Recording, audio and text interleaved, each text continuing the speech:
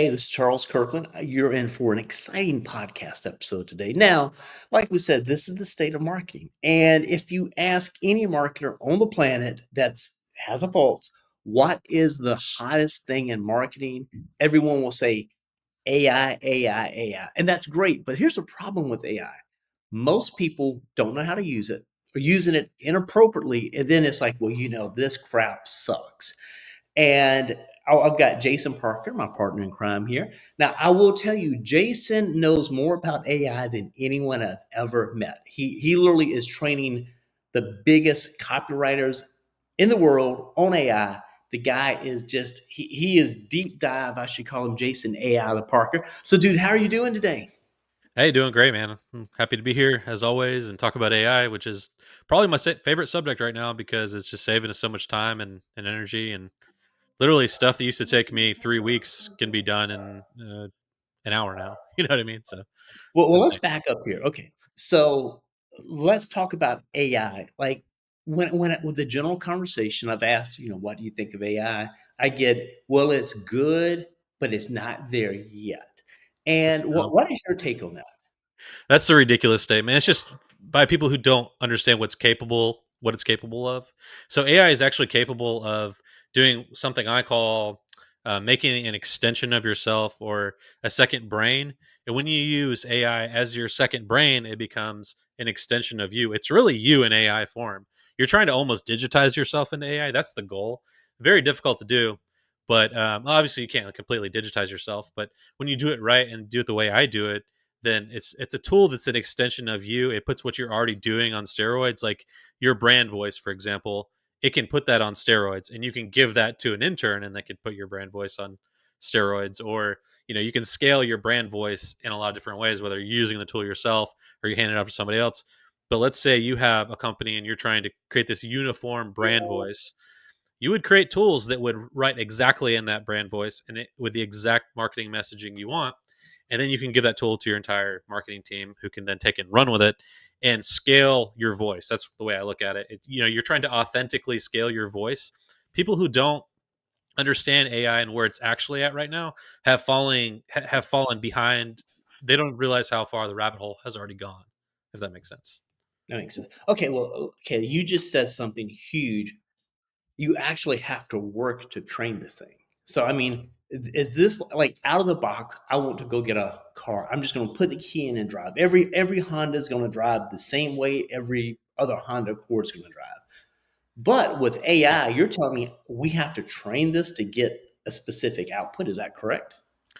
Yeah, so the way I look at it is like this. Most people are down here, if there's a ladder of AI, down here there's this generic copy that everybody's getting, the generic AI.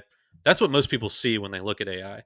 And everybody hates it. When you see the outputs from these, you can smell it a mile away and you say, "Look, I'm not going to read this. It's not authentic. It's not written by a person." That's where most people are at.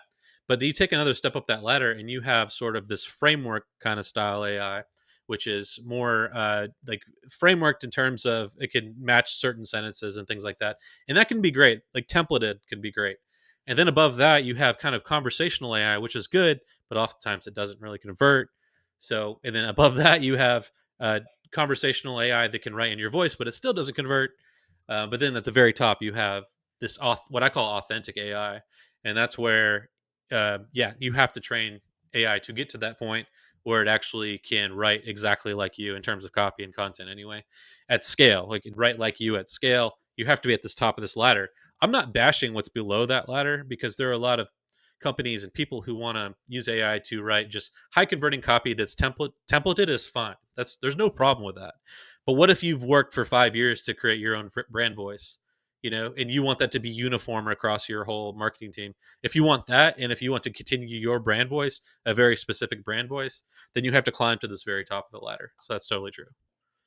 Now that makes absolutely perfectly sense. So basically, we're saying like if I ask, I'm gonna log into Chat GPT, Poe, whatever, it makes no difference for this example.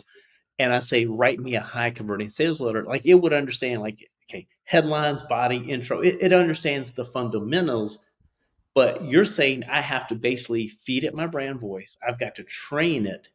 And once you've Mhm. got it trained, then you literally have an extension of yourself. So If you Yeah. needed to knock out a Black Friday offer tomorrow, you're saying you could do this. And I can tell you last year it was taking weeks to like create Hmm. this from, find the angles and do everything. And you're doing that now Yeah. in potentially hours.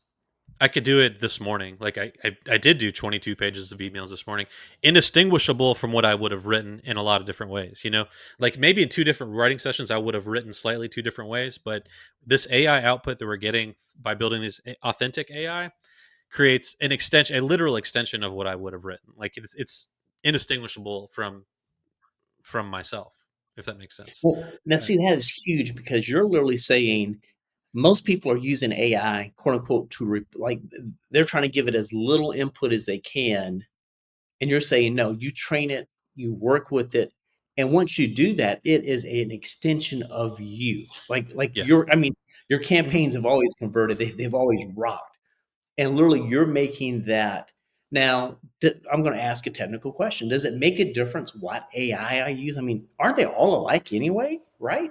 Maybe. Yeah, it makes a difference because of really, I would say the best one for copy right now is Claude Sonnet 3.5, but GPT is about to have GPT 5, and when that comes out, that could overtake Claude because I feel like it keeps flipping between those two in terms of copywriting anyway. Because, like you said, I write copy. My interest has been in creating authentic copy through AI and scaling your voice through AI. That's been my interest in it. So I wouldn't claim to be an expert in all things AI. That's just specifically what I do. You know what I mean? Because we have written so many campaigns and wanted that did take weeks to write. And now, I've trained it to where it can write that really in minutes. It can write what things I used to charge, and you were there, charge $8,000 a month for a campaign, that I can write the same day now. Like, just to be honest, like I can write that in one day now easily. I could generate it in minutes and then tweak it manually and be done with it for the rest of That's the day. huge, right? I mean, that is like that's like going from a train to a rocket. I mean, it Yeah. truly becomes the fact that output literally, let's pretend the quality of output here is 99 to 100%. Hmm. Output doesn't quality output does not really change, but the ability to crank that out from a week down to a day, down to hours. And Yeah. that's only possible because you've trained this. So me as Hmm. a rank beginner, I'm going to get on here. I'm going to be the guy at the bottom line going, man, this crap don't work. Like it doesn't understand me. It's like a woman. It doesn't understand me. But yet, Yeah. when you train it, you're going to get that quality of output. And you're also talking about, Chat GPT versus Claude. I mean, it's almost like kind of like an Intel, NVIDIA race or whatever. Like there's a Yeah. leapfrogging event. Now, do you have to, well, let's just pretend that right now I'm using Claude. Hmm. Chat GPT comes out. How hard is it to retrain Chat GPT to make it like my Claude? Ooh, that's interesting. It just may take a few tweaks, to be honest, of what you're doing before. But I notice when I switch models, sometimes I have to tweak a little bit. But my prompts for the things I'm using can be like 10 to 20 pages of stuff because they triangulate exactly the way I write structurally and actually structurally as an overall campaign from a macro level, but structurally within that one piece that's within that campaign. It could be an email or whatever, and structurally down to the parts of speech, like literally what kind of verbs I use and phrases I use. So it's I call it triangulating or Novus triangulating. And what it is you triangulate from the macro down to the micro. So there's no possible way for the AI to not know how to write like you because you're telling it every possible way. Because when you're writing copy, it's really a mixture of a lot of different decisions that you've learned how to make over the years. Like it could be thousands of decisions you're making subconsciously as you're writing. So you're teaching it those decisions from macro down to micro. Does that make sense? That makes sense. So basically, it comes down to you've put many, many years of experience and personal know-how into a quote unquote format that you can feed it with, like you said, with some tweaks depending on what you're doing, and Mhm. you can produce content. Yeah, I will say the way I typically do things is like this. I will generate the content with my extension of myself, my custom AI, and then I'll do one manual pass on it and I'll be done. But it's similar to if I wrote a whole draft and then I did one manual pass on it and I was done. So I would just say that it really is an extension of me. It doesn't say, it outlaws words that I would never say, for example. It outlaws all everything I'm building. Outlaws or bans words that make you sick when you read AI copy. Because here's the thing, Charles. Like the whole world right now, and the whole marketing world is getting flooded with generic AI copy, and it's Yes, just becoming less and less impactful. I ban that kind of stuff from even coming out in the output. Does that make sense? Like I ban that it. makes sense. Now we've only been talking emails. Emails can be short, they can be sweet. Some people think they're easy to write, some people are harder to write. But how does AI handle sales letters, copy, books, ebooks, social media posts? I mean, you can make it do emails, but what about this Mhm. other collateral? How does that hold up? Oh, easily. Because, for example, with the templated kind of approach, which I mentioned, you can write an AC style sales page. And I think I did it in less than 5 minutes the other day. And I've Yes. done it hundreds of times.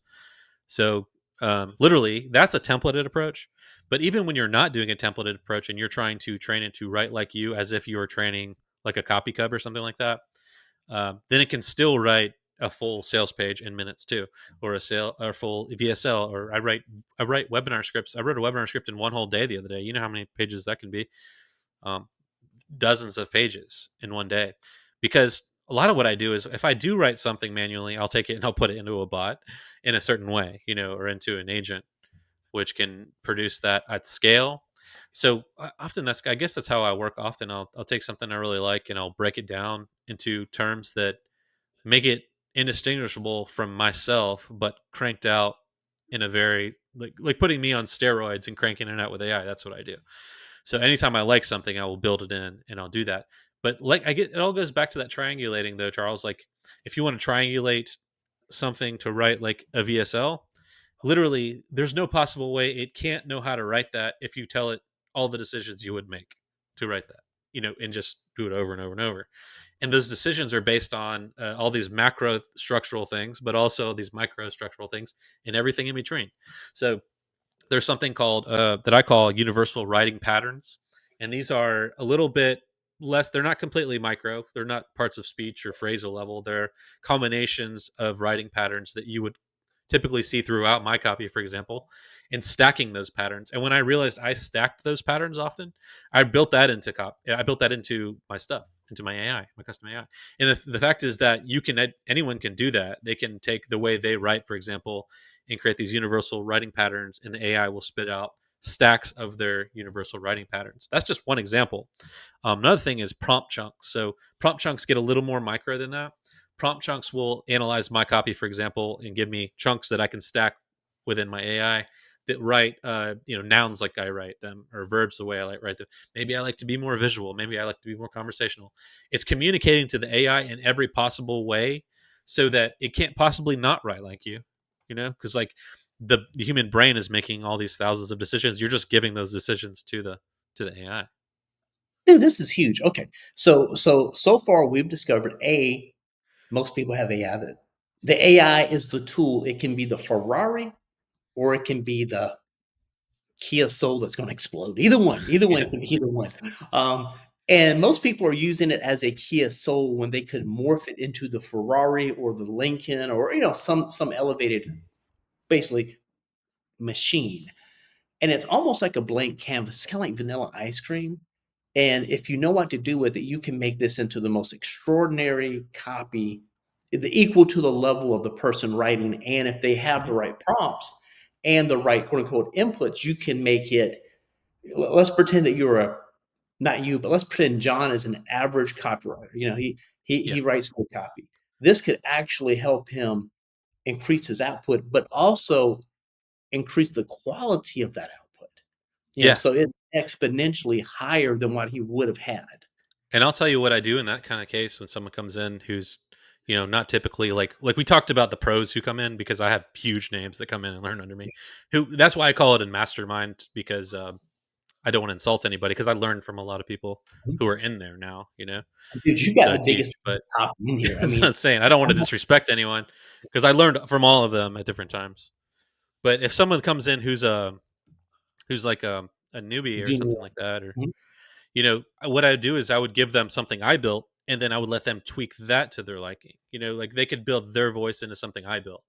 So there's different ways to do this. You can build something from scratch that writes exactly like your brand voice in a scalable way. If you love the way you write VSLs, for example, you could build something that mimics the way you write VSLs to a T. But if you're a newer copywriter or something like that, you could come in and I will give you something I built in my voice, and you can take that and you could use it as is. It's no problem. But you could take that and I show you how to customize it for yourself now, so you can kind of lean on a mixture of the two. Does that make sense? That makes sense. So now I'm going to ask like the elephant in the room question. What does this mean for copywriters in the future? Are there going to be less copywriters? Will there be more copywriters? And how does this impact the marketing world at large? Here are my thoughts on it, and I'm sure I'm wrong. I don't know, but it's not a matter of whether you use AI or not anymore. It's got to the point of how good you are at it. That's what it matters now. How good are you at AI? So that's what it matters. That's what matters if you're a copywriter, because things are about to get absolutely insane, and it's going to be more visible than what I've been telling you about.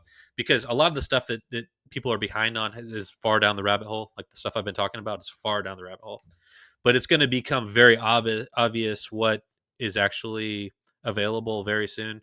And that's GPT-5 is going to be more autonomous. So we're getting to a point, Charles, where we're going to be telling AI to write all day for us, and we come back and look at our computer and we have 10,000 pages of copy sitting there. And that's where we're Mhm. going. So what does that mean for a copywriter? You can be the most AI enhanced best copywriter in the world. So that's the way I look at it. Or you could fall behind right now. And I don't like to be a fear monger, but I like this concept of being a full stack marketer. So if you're a copywriter right now, you could branch out into CRO and you could branch out into media buying, because you have AI doing a lot of heavy lifting for you now. Or if you're a media buyer, you can branch out into AI copy at the same time and adopt that a lot easier than you could in the past. So you can become this full stack marketer. That's where I think everybody's, CMOs and whatnot right now are always looking for that kind of guy anyway, because they don't have to just get a copywriter, get a CRO person, get a media buyer, and hope they play nice together. So the way I think about this is, the future is for, it's really for, if you're a service provider, the future is going to be like for the full stack marketers. This is That's my huge opinion. because your take on this is radically different from any other take. Most of the take you get people is like, they're going to be out of business, homeless under the bridge with the sign, right copy. And then you've got others that are going to be like world domination. But I think you nailed it best. Most people, and we've all worked for a lot of different companies. They're when you say full stack, the dollars go up. You become way more valuable to a company because if you're only a Yeah. media buyer, well, you've got very specific set of skills, but limited.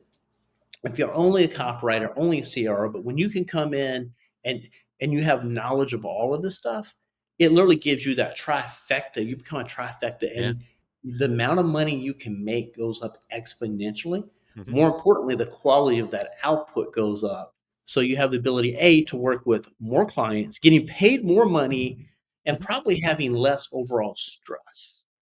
Yeah, you can handle a ridiculous workload. I did some calculations the other day, and the AI stuff I'm building and using writes copy 336 times faster than I used to write copy by hand, and the quality is indistinguishable from Mhm. my copy.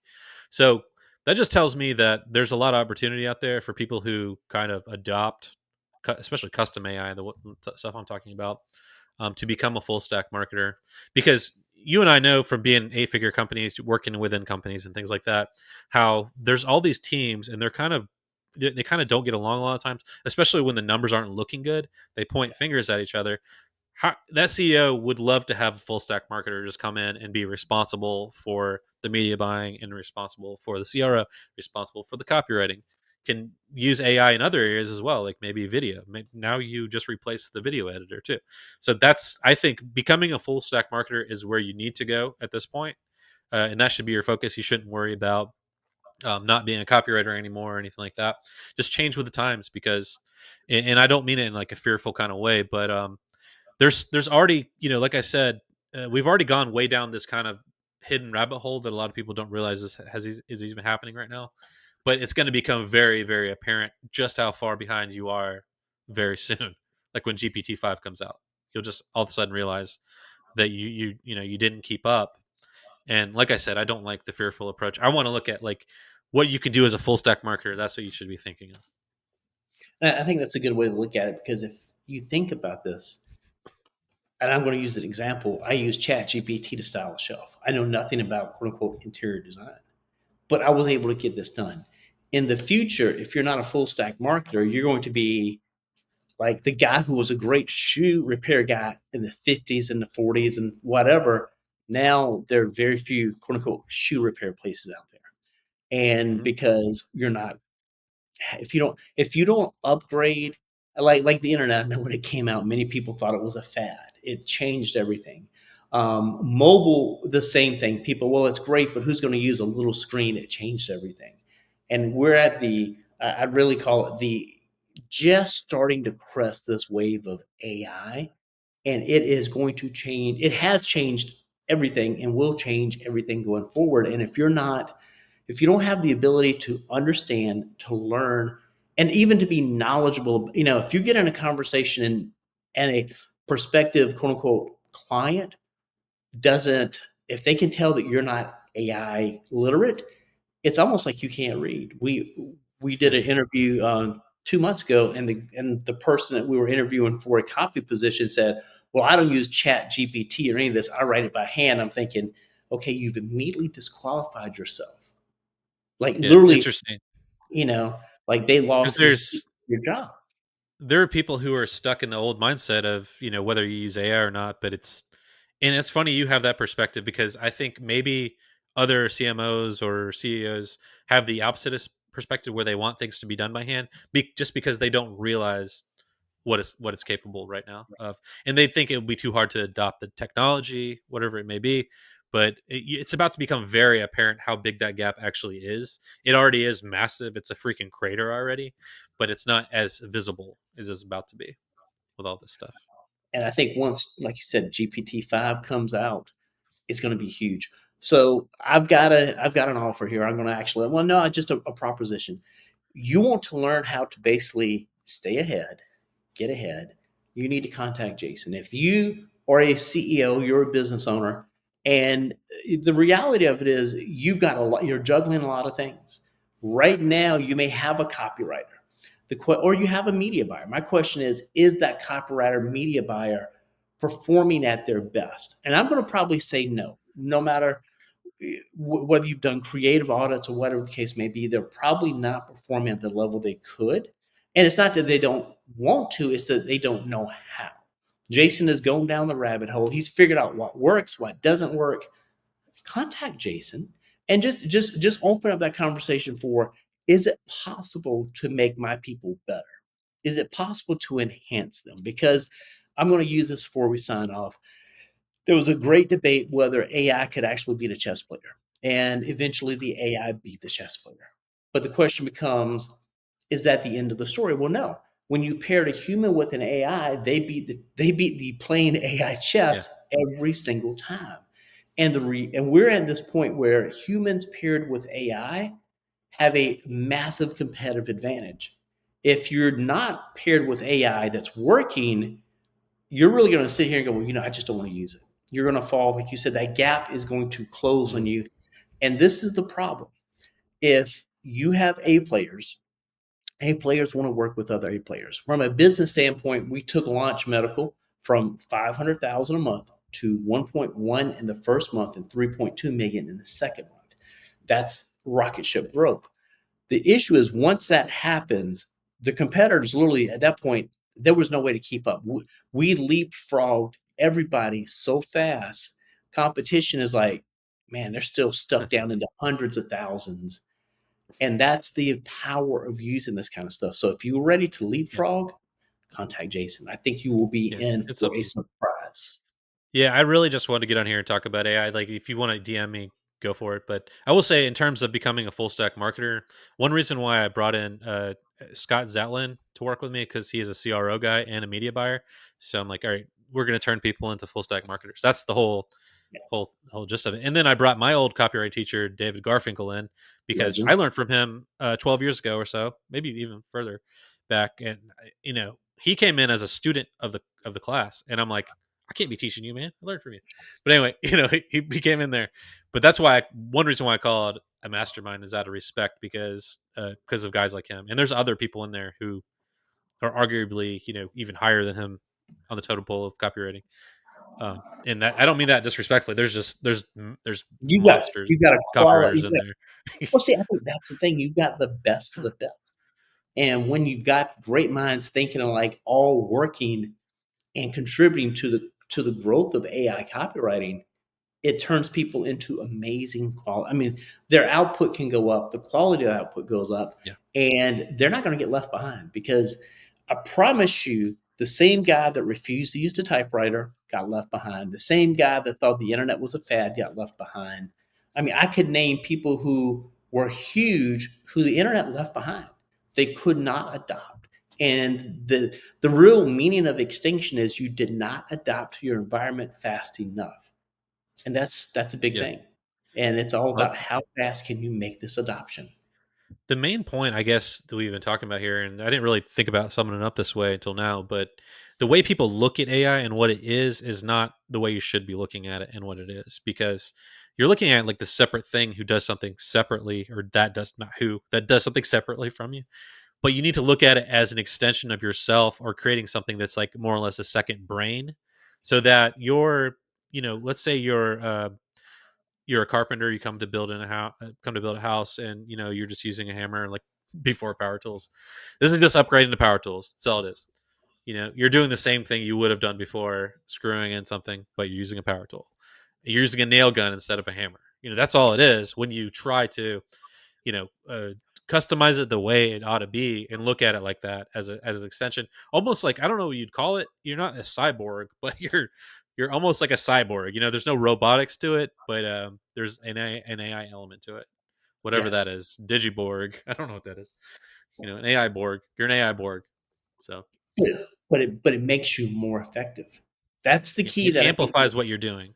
It right. puts what you're doing on steroids. So that's the whole thing. That's an AI word right there, amplify. But it's something that you should take exactly what you're already doing and put that on steroids. That's my point I want to make here. That's what at least that's my interest in it. And that's not anyone. I don't see anybody talking about that. But that's my particular interest in AI. I'm not like I call them the AI bros when they come from like NFTs and crypto and all this stuff and become AI people. I did it because I'm a copywriter, and I wanted to. First of all, I wanted to make it conversational, and that was very difficult. But once I did that, I was like, all right, I need to take it to the next level, which is making an extension of me, and that's what I've done now, and that's what I teach the master copywriters to come in how to do, how to just do what they're already doing at scale. You know what I'm saying? Like you're really just you're doing exactly what you're doing, except you're scaling it up. That's all it is. And it's huge. And that's the key to it. And I'm going to just wrap it up. I have one last comment to make. I have seen companies succeed and I have seen companies fail. And the biggest issue wasn't, the product, it wasn't the marketing and all this. It comes down to one big thing. It really comes down to what is the quality of output you get that creates everything else. Because the copy is what the media is built on, is what the advertising is built on, it's what the marketing and customers, everything comes down to copy. And if the copy is not good, I don't care what you have, nothing else can succeed around it. So Well, think about if you, this. Whether if you're just starting out, you're always writing content or copy. So all this stuff works with book writing and stuff like that too. We didn't even get into that. Or article writing or LinkedIn post writing or Facebook post writing. If you're a beginner, you're coming in and everything is writing, like you're writing everything. If you're an advanced person, there's always writing. There's always writing to be done. And yes, there's brand voice, and everything starts at the pen, even when it becomes a video or whatever it is. Even Hollywood movies start with the pen, you know, after, and then they spend $100 million to produce it. But it all starts with a pen. Everything does. exactly. So guys, contact Jason, hit him up, Facebook Messenger, send up smoke signals, whatever it takes. But if you want to make your people more effective, contact Jason. I promise you, you will not be disappointed. With that, like it, share it, let us know what you think of the podcast, and have a good one. Thanks, guys.